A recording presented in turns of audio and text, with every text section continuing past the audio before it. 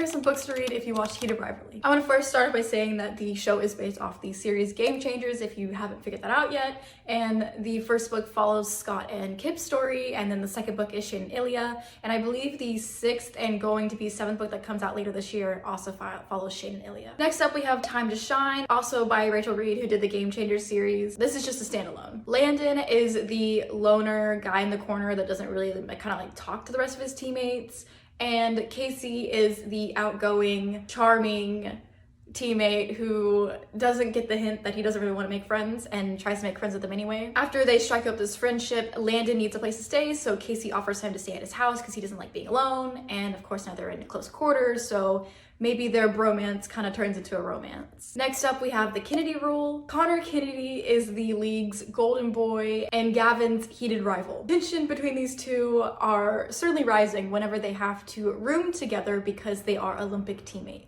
Then we have the Him and then Us series. Jamie and Brian were close friends at the summer hockey camp, but then on their last day there, they kind of crossed the line with each other and none of them really knows how to feel about that.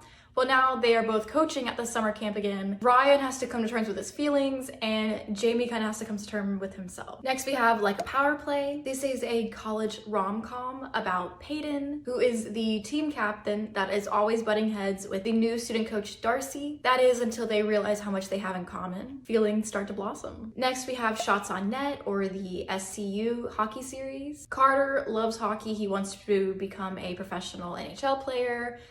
He is ending his college career, and of course Zeke needs a room, and Carter obviously has a room open in his apartment. They are complete opposites, but they end up hitting it off, and Carter wants them to be more than friends, and Zeke isn't really sure about that, but Carter still has hope for them. We then have Face Off, or the DC Stars series. Emerson has finally made it onto the NHL roster with the team captain Maverick. He agrees to go easy on her, but tensions between them keep rising on the ice and also in the bedroom. What was supposed to be a one-time thing ends up happening again and again and again. Then we have the favorites. Katarina and Heath were the formidable duo on the ice. They captured the world in their ice dance and also with their chemistry. Although a shocking incident happened at the Olympic Games that ultimately led to their partnership ending. Now, 10 years later, there's a documentary coming out about these two and the real story, except none of these two are actually involved. And Katarina wants to put these rumors to rest, so she wants to come up with her story and what actually happened between these two.